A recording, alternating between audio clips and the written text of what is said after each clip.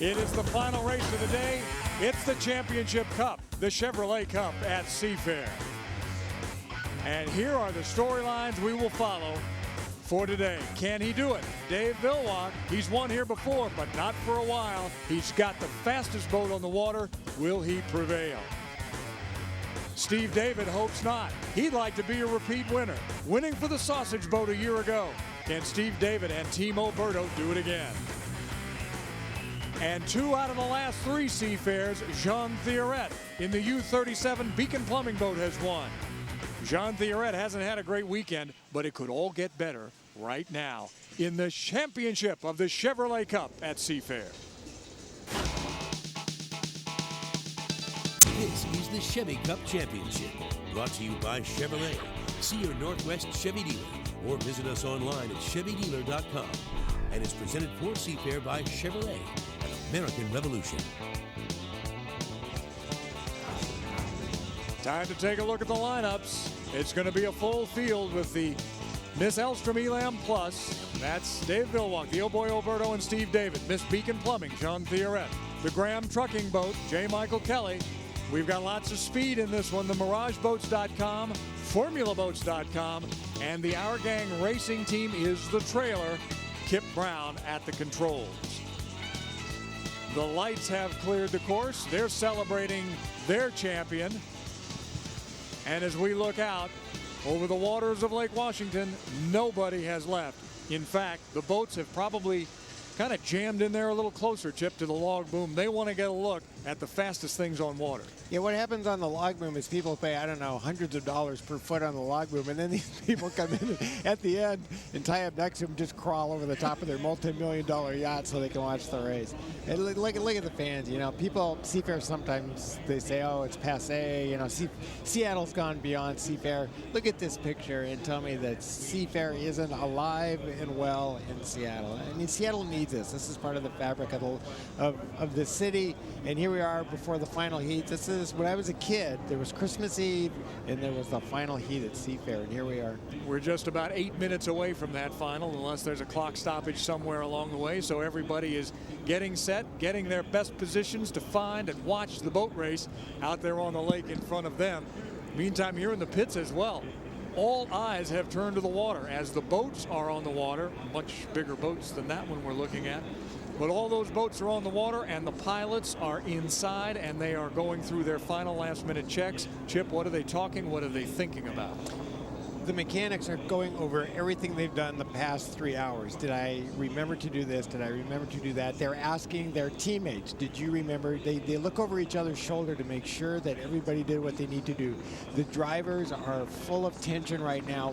Where do I need to be at the start? And I believe that Steve David thinks he needs to be in at least lane 2. I think he'll let Jean Thioret inside of him, but he will never let Dave Villwock inside of him. And I think Dave Villwock has said, you know, I'm just going to be smart. I'm just going to find myself a nice, clean, safe place and drive to open air. But they're full of nerves, I can tell you that. Yeah. The last of the lights has now been lifted out of the water and placed on its trailer here on the shores of Lake Washington. And we're getting set to go racing for the Unlimited Championship, the Chevrolet Cup. Won a year ago by Steve David in the Oh Boy Oberto boat. And a couple of years before that by Jean Thioret in the Beacon Plumbing boat. Here are the drivers and their boats. What a weekend it's been. Mike Fitzsimmons for Dave Villwock and the Elam Plus. He is looking terrific, no question about it. But then again, anything can happen. He has got to get his own agenda together, get to the starting line where he wants to be, let no one take him out of his game, because if they do, he may have a tough afternoon yet. Bill Rocky, you know Dave Villwock as well as anybody, and he is focused on this championship. That he is, Steve. I also just talked to a couple of his crew members, and they have not changed a thing from that last third heat where he went, had a great finish, and they haven't changed a thing. He said it's in the hands of the driver now. Dave has a plan, and we'll see what happens.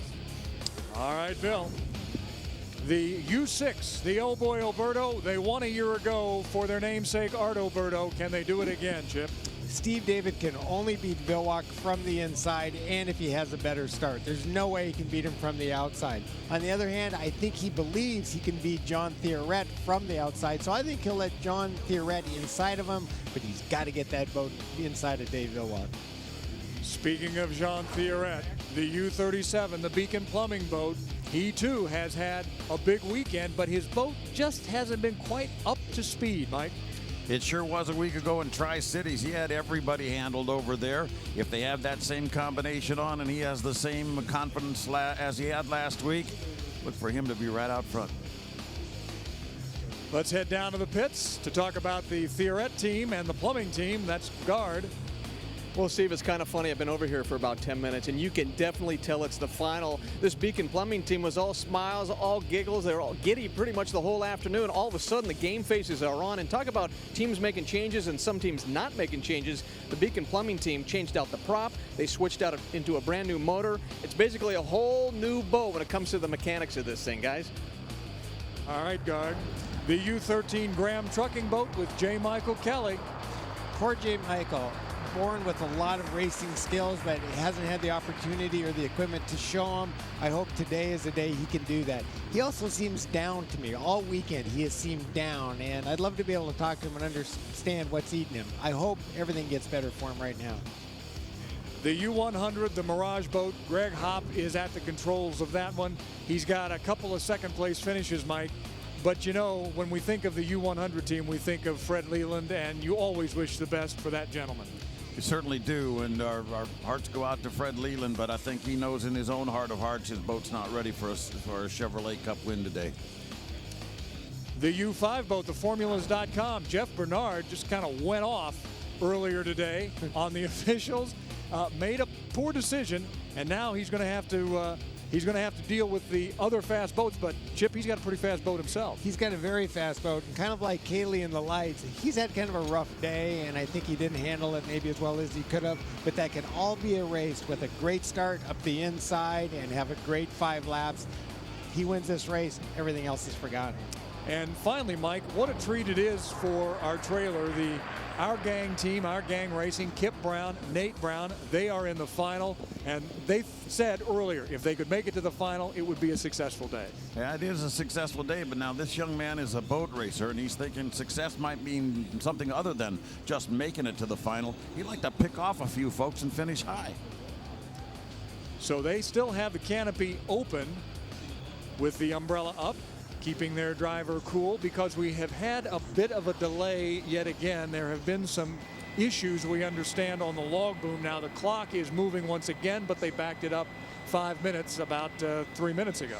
You know, a few minutes ago you asked me what are the drivers feeling right now, and they were timing their emotions literally to that clock.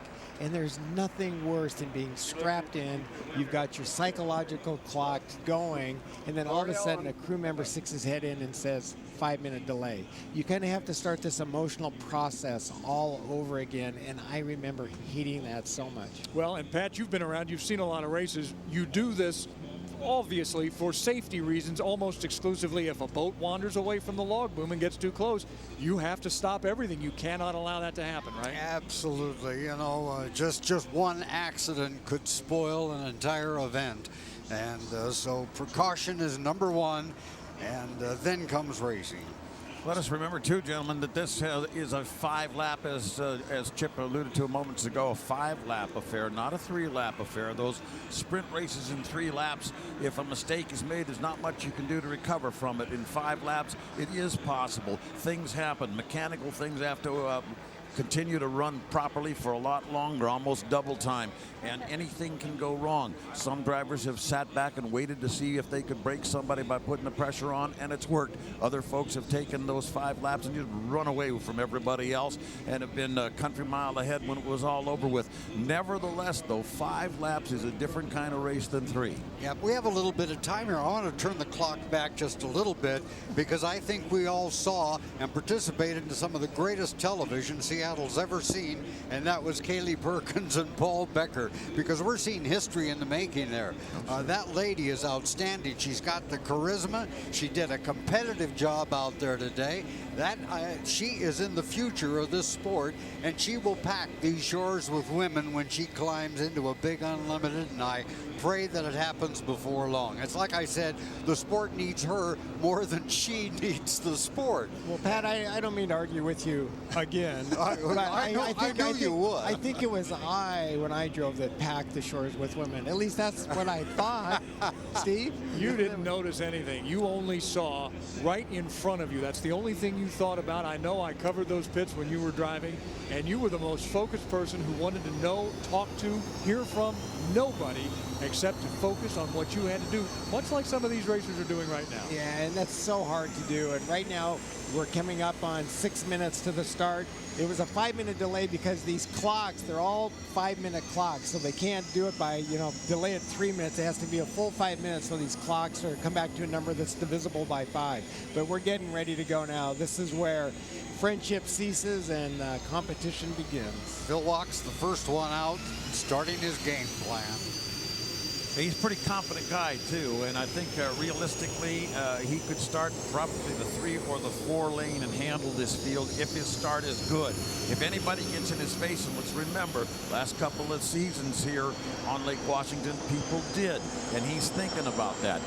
He's aware of the fact that people took him off of his plan, and that's how he lost. Not because he didn't have the boat, not because he didn't have the crew, but because somebody basically broke his concentration and made him do something he didn't plan to do. Uncharacteristically, though, Phil Walk was kind of talking trash today. Did you hear that? Well, I didn't hear trash so much. I was just going to say that right from the opening this morning, I heard confidence from Dave Villwock that I didn't hear in the 3 years that really he found a way to lose this race. He's been very confident, very calm, very friendly all day long. So I think he knows he's got one great steed underneath of him right now, that he doesn't have to have the inside, that he just needs to drive 5 perfect laps with a good start, and the Chevrolet Cup will be his. Now, let me ask you, gentlemen, because we're in different parts of the course. We're down in the pits and towards the south end. You guys are up at the start-finish line, Mike and Pat. The flags don't appear to be flying too much down here, which means the wind is not too bad, but in 5 laps, they can really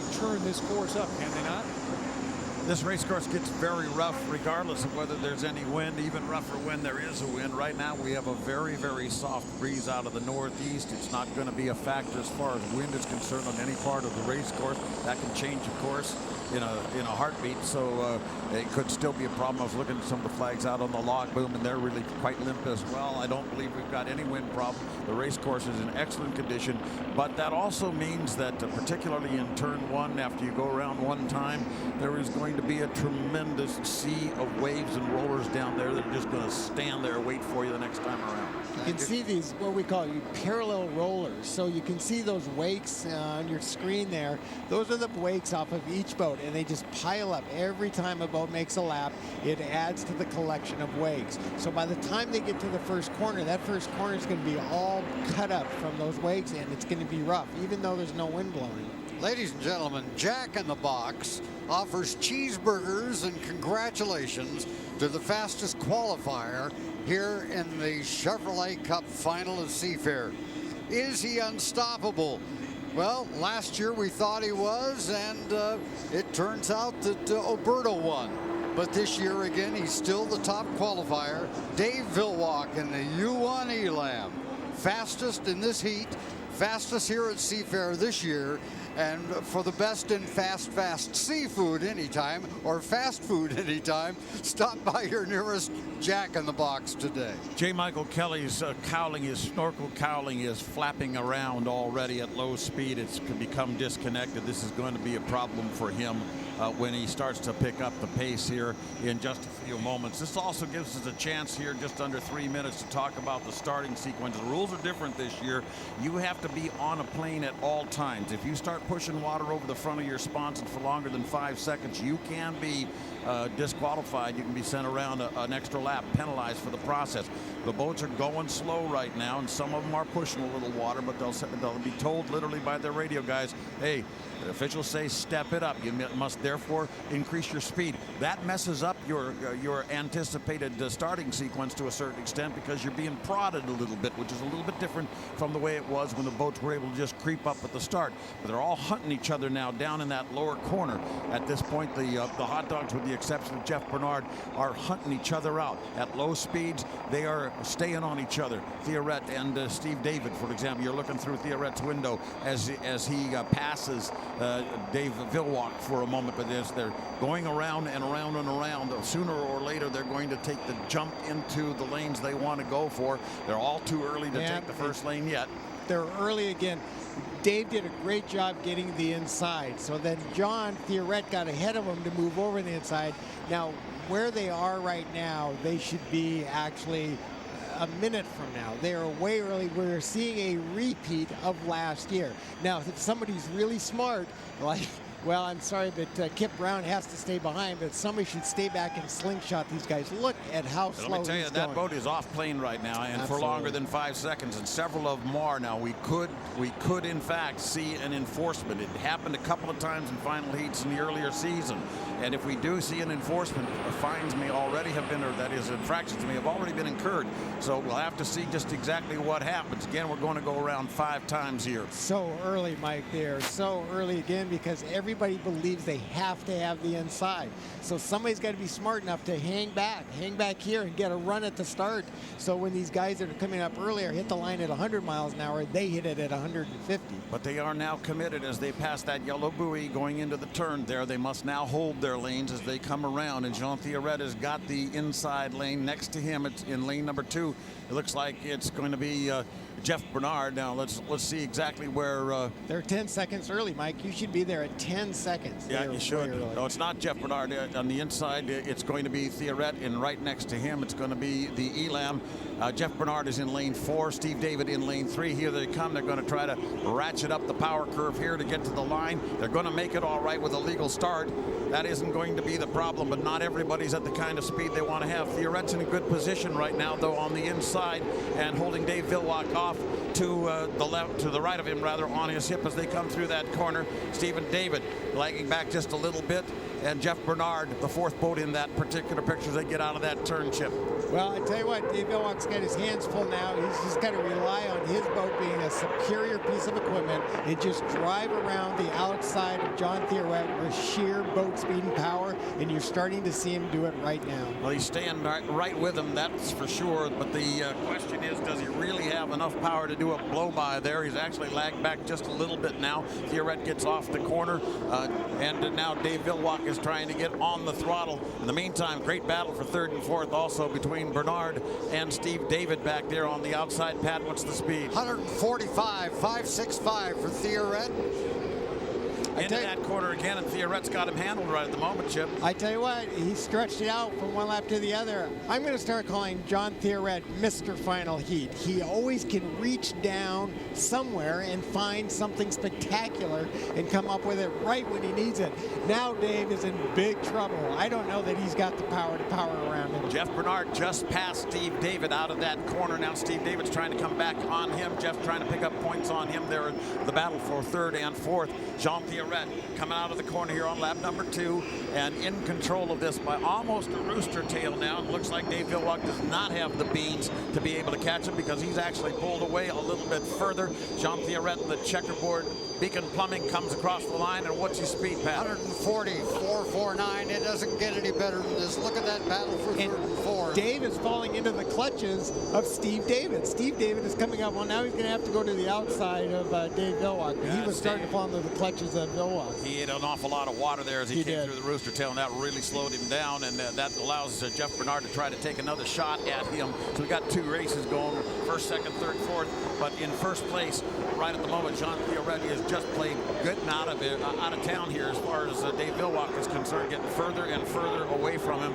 just virtually outrunning him. Now Steve David once again is taking a shot at the Elam as he pulls into the last part of the spray of the rooster tail. Here comes Jean Thierret down the front straightaway now, rooster tail and a half ahead, and continues to control this final heat. I'm sorry, go ahead, Pat. He turned the last lap at 136 miles an hour. So the team is backing him down. The team sees that Dave is falling back. They're just telling him, save the equipment, don't make a mistake.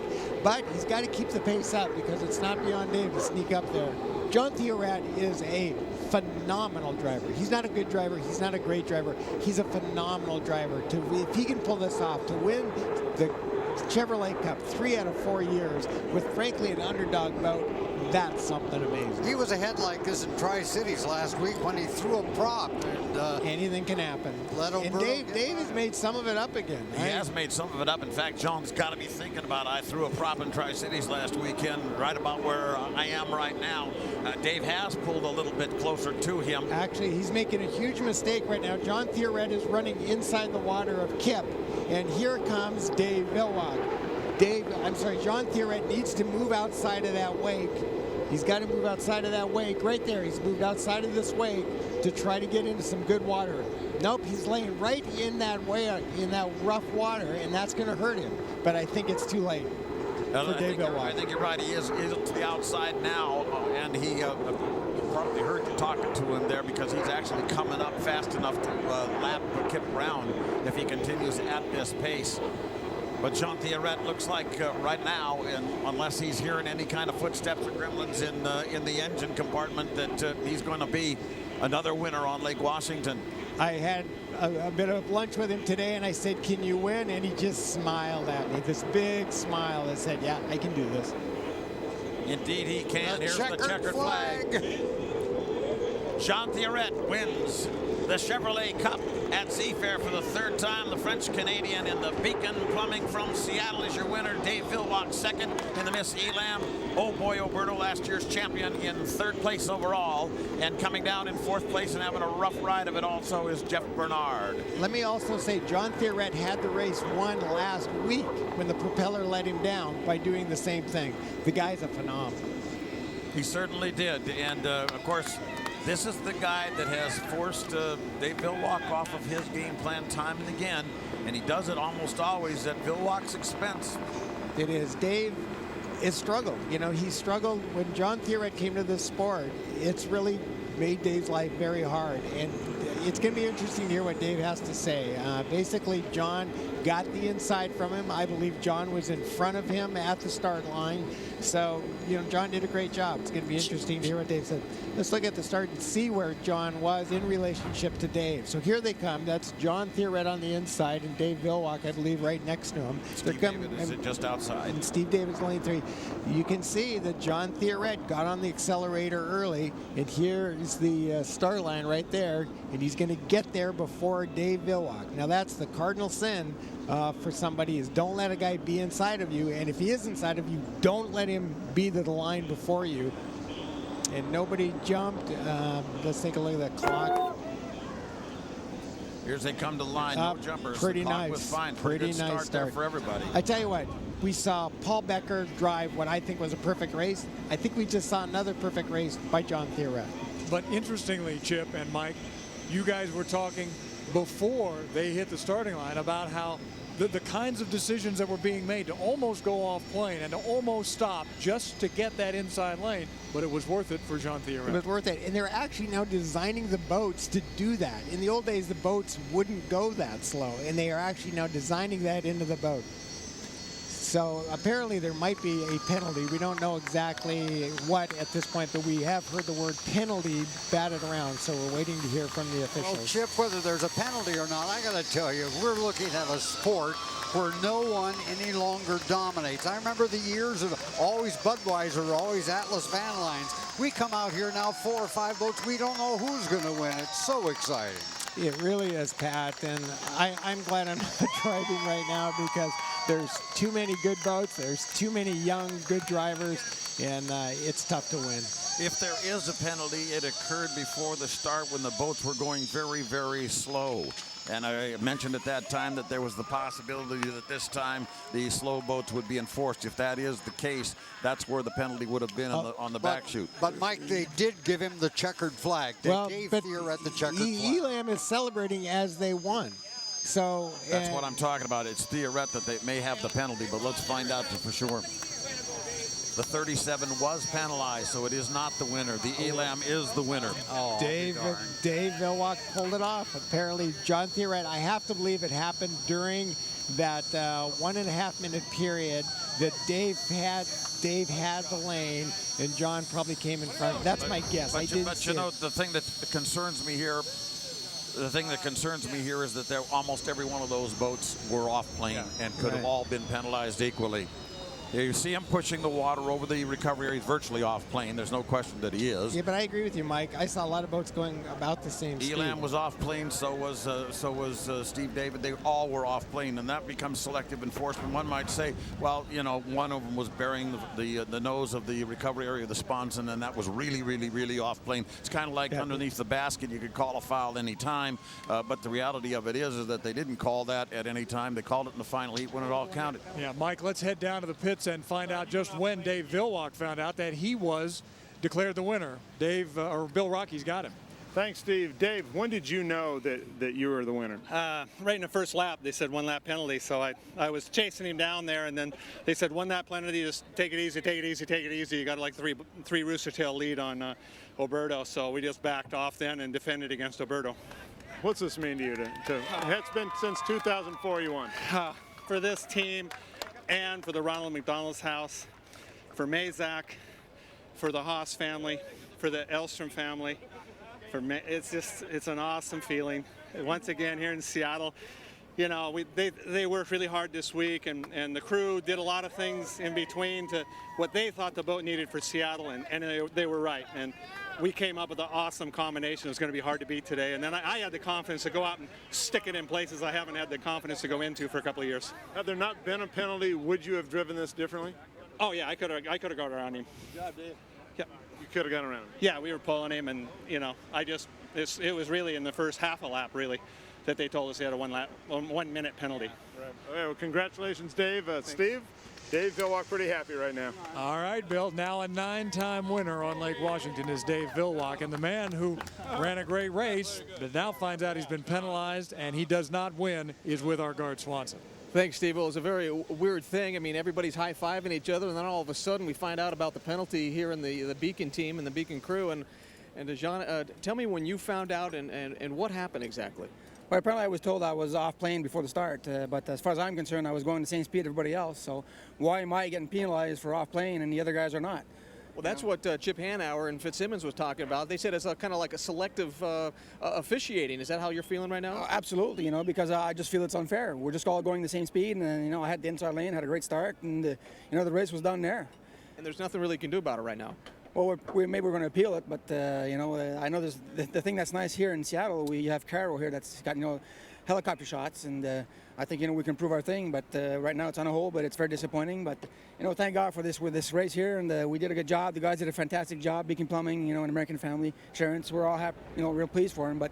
Also, we're disappointed to get that penalty for nothing. And it is disappointing for you guys. You get snake bit over in Tri-Cities where you lose a prop, you're winning, and then all of a sudden you come in here and everybody thinks you've won it here on the shore, and you haven't. Yeah, exactly. You know, it's a big disappointment, but you know, we'll see what we can do about it. But you're proud of your crew. Absolutely. These are the best crew in the team. You know, in this whole pits, these are the best crew we got here. And I give all the glory to him and to my Lord and Savior Jesus Christ for this weekend. All right. Thanks, John. Thank you. Guys. John Theoret, guard, thank you. Now, let's take a look at the video. Here is the Beacon off plane. Now watch Explain up here. that. Watch that front sponson right there. Yeah. It's going to go underwater, basically. See that right there? There's no question but that's off plane. plane. Yeah, there's no question. Right. You're right. Now, but if we, through the magic of television, if we can get a sign of or a shot of Dave Vilwalk and see how close he was to off plane as well. Okay, here's Dave Vilwalk. And well, he was allowed to be off plane for 5 seconds. Right. He looks like he's off plane to me right there. You see the water coming up in front of the boat, squirting up here like that? He's off plane as well. He's 1, 2, 3, 4, 5, 6. Sure, and the Oberto as well until they finally get on it. All three of those boats were off plane equally. It's easy to second guess. If I'd have been the referee, I would have maybe fined all of them, but I wouldn't have changed the results of the race. So there's no question in my mind that they all three were off plane. I don't know how you see it, Mike. I would have to agree, and this is the problem with it. Look, 5 seconds. It's not 4, it's not 6, it's not 8. It's 5 seconds, and it's not 5 seconds for this boat, not 5 seconds for that one. And that's the concern that we have here. It's a difficult rule to apply under all circumstances when all boats are running slow. But the bottom line is you had 3 boats that were clearly off plane at the same time. Well, what I would have done in that position, if the Beacon boat was off plane, by far the only one, and obviously more off plane than everybody else, I would have made the call. But boy, they were trying to split hairs here, because to me it looked like they were all 3 off plane. So I probably would have let the heat go. But we're not the officials. We're just the broadcasters, and they saw it differently, and Dave Villwock has won the race, and we congratulate him heartily. I think it's fair to say, until everybody sits down, looks at all the video that there is to look at, that we cannot certainly put up even an unofficial result, because we just don't know it at this point. Although Dave Villwock and company believe that the Elam has won this race, you know there are going to be appeals, and that's one of the difficult things. You do a boat race like this, you do it for television, you congratulate the winner that turns out not to be the winner. It is, you know, it's very difficult. This is a hard race or a hard sport to call as a referee. The referees are sitting literally a quarter mile away, and they're trying to look at, instead of a little strike zone, they're looking at a 2-mile race course. A referee can't see everything in that big area, so it's a hard thing to do. Well, we will get back to the unofficial/official results as soon as we get them. We also have this to tell you about the championship heat here at Seafair. The Chevy Cup Championship has been brought to you by Chevrolet. See your Northwest Chevy dealer or visit us online at chevydealer.com. Congratulations to Dave Villwock, the winner of the final heats here at the Chevrolet Cup at Seafair, and the Muckleshoot photo finish winner of the Chevrolet Cup. Experience the biggest and best Muckleshoot Casino and Bingo. The winner, at least so far. It's a story we're going to continue to follow here from the pits, along with the award ceremony. But we also have lots happening all around the community and all around Seafair. Let's get to Chris Eggert and Monique Ming-Lavin for a look at KIRO 7 Eyewitness News coming up shortly. The 2008 Chevrolet Cup at Seafair has been brought to you by Chevrolet. See your Northwest Chevy dealer or visit us online at chevydealer.com. By Southwest Airlines, the official airline of Seafair, with 4 daily nonstop flights to Denver.